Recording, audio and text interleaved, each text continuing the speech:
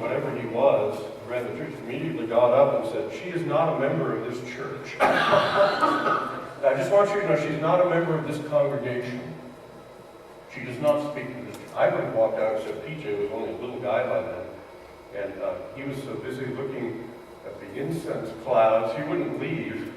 He couldn't believe it, this incense and sunlight coming in. He thought he was in heaven. But the place of the church, we're all a church, wherever we profess the faith, is to pronounce the truth of the gospel. That's what unifies us. As the church, we speak the faith. We don't speak doubt. We don't speak disbelief. We don't speak skepticism. On our own time, in our own thoughts, between us and God and one another, we can question anything we want.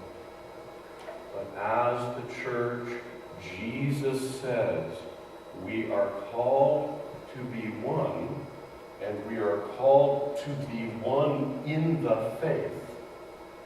And being one in the faith is what protects us.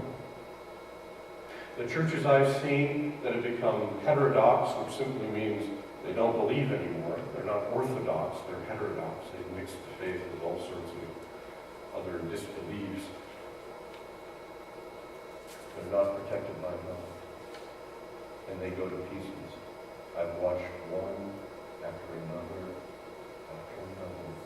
who haven't held on to the traditional faith, who haven't held on to the biblical faith, and you see them scattered, disappearing, destroyed, because they don't have the protection of God. That's what protects us.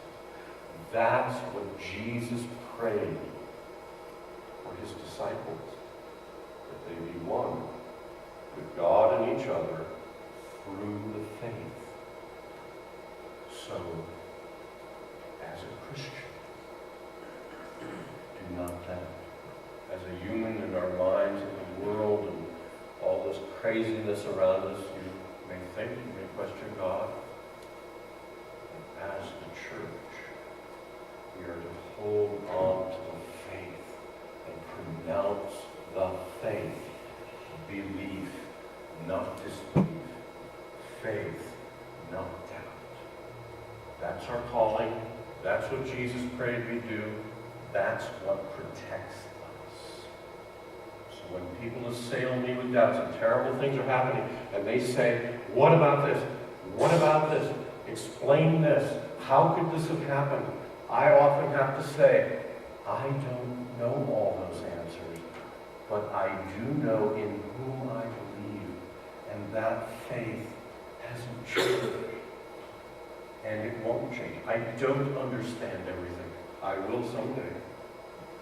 When we stand before the throne of God and God Almighty is there, everything will be illuminated. Every mystery will be clarified. Everything that happened will be answered for. In fact, if you walk in faith and you live in faith, as we sang in that prayer chorus, in his time, if you just wait around for a couple of days or months or years, you usually find out why God did this or why God allowed that. And it turns out to be a blessing, something that was a disappointment. You see how God turned the evil into good for his children. It isn't that evil doesn't happen. Evil, horrible things happen every day. Tragedies, heartbreak. That's this world, this fallen, sinful world. But God, he says, turns any evil into a blessing for those